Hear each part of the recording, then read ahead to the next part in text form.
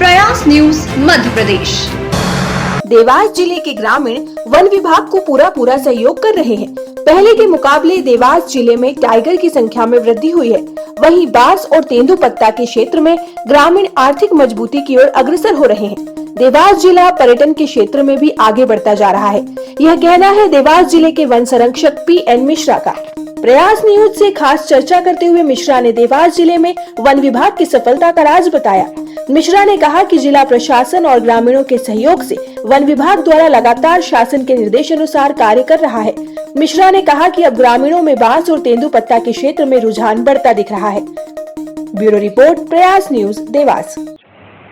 देखिए, मैं आपको बता दूं कि सबसे पहले ये जानना जरूरी है कि देवास जिले का एरिया लगभग कितना है।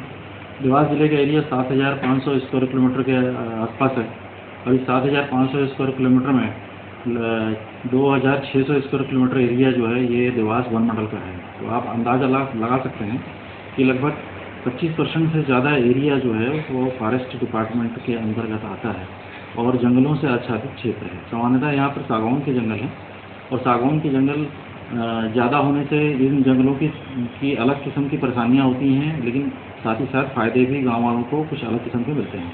तो सबसे पहले हम बात करते हैं लघु वनोपज संग्रहण की। लघु वनोपज संग्रहण में सबसे ज़्यादा महत्व है तेंदुपत्ता संग्रहण का।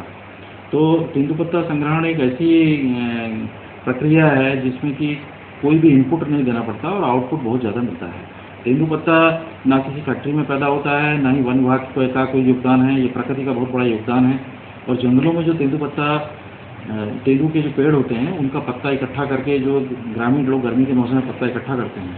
तो आपको अब मैं वित्तीय आंकड़ों से बताता हूँ कि पिछले 5 सालों में तेंदुपत्ता के व्यवसाय में 26,000 व्यक्ति जो थे पहले जो तेंदुपत्ता इकट्ठा करते थे और उनकी रोजी रोटी चलती थी ट्राइबल एरिया से, आज 2022 में 42,000 परिवारों ने तेंदुपत्ता तोड़ा है। इन 42,000 परिवारों के अगर सदस्यों की बात करेंगे तो 1,60,000 के आसपास सदस्य हैं जो कि तेंदुपत्ता के संग्रहण से और उसकी मजदूरी से, उसको जो सरकार ने दिया है उससे उनको लाभान्वित हुए हैं और उन्हें रोजी रोटी मिली है। नई चीज़ का भी वन मंडल लाया है, नई सी चीज़ जो देवास शहर को एक यादगार बनाया है। मतलब इसके साथ ही आप देखिए, यादगार चीज़ें तो कोई एक अधिकारी यादगार चीज़ें बनाए ऐसा कहना जाती होगी। हम लोग तो एक प्रक्रिया का अंग हैं जो शासन के निर्देश होते हैं और हमारी हम मानते हैं कि हमारी उपलब्धि सबसे बड़ी ये है कि हमारी वजह से, हमारे कार्यकाल की वजह से अगर जिस शहर में हम काम करते हैं वहाँ के लोगों को कुछ नई सौगातें आने लगें, मिलें या उनकी लाइफ में कुछ ईजीनेस आ जाए, तो शासन का ये जो शासन का जो मैंडेट है वो पूरा होता है। और एक अधिकारी होने के नाते, शासन के नुमाइंदे होने के नाते सर्विस डिलीवरी हमारा सबसे बड़ा काम है। और सर्विस डिलीवरी जो है अभी सही मानी जाती है जब लोगों के अंदर संतुष्टि का भाव आता है। तो इस तरह से संतुष्टि का भाव अगर ट्राइबल एरियाज़ में है, हम काम करते हैं और लोगों को कम से कम विभाग से परेशानी है, तो ये मान सकते हैं आपकी शासन की सफलता है। तो निश्चित तौर पर हम इसमें सफल हुए हैं। और आप जैसे आप कह रहे हैं कि नई सौगात, तो आप इस तरह से देखिए कि हम वन्य प्राणी से चालू करते हैं। खिवनी वाइल्ड लाइफ सेंचुरी के बारे में हर किसी को पता है। ये छोटी सी एरिया है, 134 स्क्वायर किलोमीटर का एरिया है। पिछले 5 साल पहले यहाँ पे टाइगर बहुत कम थे, इक्का दुक्का टाइगर दिखते थे। आज की तारीख पे 5 से ज़्यादा टाइगर यहाँ पर घूम रहे हैं। और ना केवल टाइगर घूम रहे हैं बल्कि अब तो जैसे कान्हा नेशनल पार्क और सतपुड़ा नेशनल पार्क में जैसे जो टूरिस्ट होते हैं उनको टाइगर दिखते हैं, उसी तरह से लोगों को विजिट करते हुए टाइगर सफारी के दौरान टाइगर दिख जाते हैं। सर, टूरिस्ट के लिए नई कुछ चीज़ इको टूरिज्म बोर्ड की तरफ से टूरिस्ट को वहाँ खिवनी में रुकने के लिए काफ़ी सुविधाएं धीरे धीरे उपलब्ध कराई जा रही हैं। अभी आज की डेट पे वहाँ पर 5 कॉटेज बने हुए हैं जो कि खिवनी में, उन कॉटेज में टूरिस्ट जो है MP इको टूरिज्म बोर्ड की वेबसाइट है, उस वेबसाइट में वो ऑनलाइन बुकिंग करके वहाँ रुकते हैं। और उसके साथ ही साथ विभाग की तरफ से भी 2 रेजिडेंशियल जगह बनी हुई है जिसकी भी बुकिंग टूरिज्म विभाग के माध्यम से होती है। सर, वन विभाग में और क्या क्या की खेती अभी? अब इसके बाद जैसे आप देखिए कि अब मुख्य बात आती है कि आम किसान को क्या फ़ायदा है।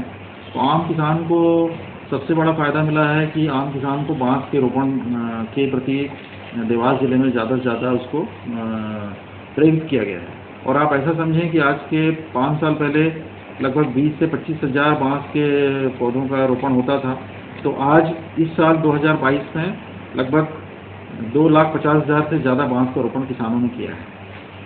2,50,000 से ज़्यादा बांस का रोपण अगर किसानों ने किया है तो निश्चित तौर पर मानिए कि उनको इस बात की पूरी आशा है कि उनका बांस जो है आगे बिकेगा। कोई भी फसल या कोई इन्वेस्टमेंट तभी कोई किया जाता है जबकि उससे आगे प्रॉफिट होने के चांसेस रहें।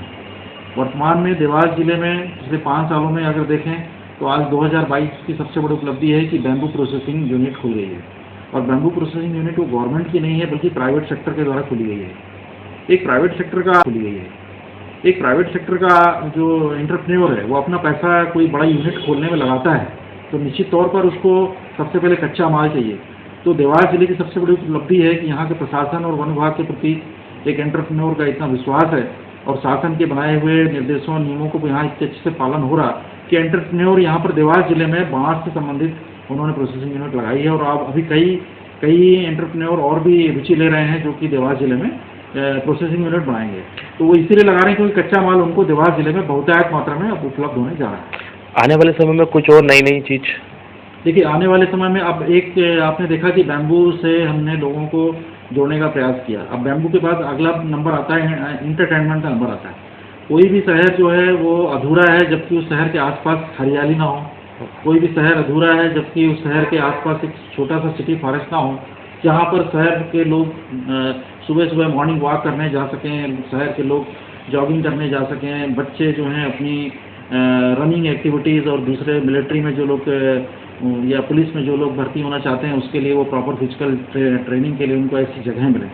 तो अगर आप ऐसी बात करेंगे तो देवास जिले में शंकरगढ़ में सिटी फॉरेस्ट जो है एक जिला प्रशासन की तरफ से नगर निगम और वन विभाग के संयुक्त प्रयास से एक छोटा सा माइनिंग का ऐसा एरिया था जो कि पूरी तरह से वो सब जानते हैं कटी हुई पहाड़ी के नाम से जाना जाता था। और धीरे धीरे उसमें पौधारोपण करके वहाँ पर जॉगिंग ट्रैक बना के लोगों के लिए घूमने की जगह मुहैया करा के और वहाँ पर लोगों के बच्चों के आने जाने के लिए विभिन्न एक्टिविटीज़ कराना, डिफरेंट टाइप के कार्यक्रम आयोजित करना जिससे वो सिटी फॉरेस्ट शंकरगढ़ ज़्यादा से ज़्यादा पुष्पित और पल्लवित हो, लोग अट्रैक्ट हों।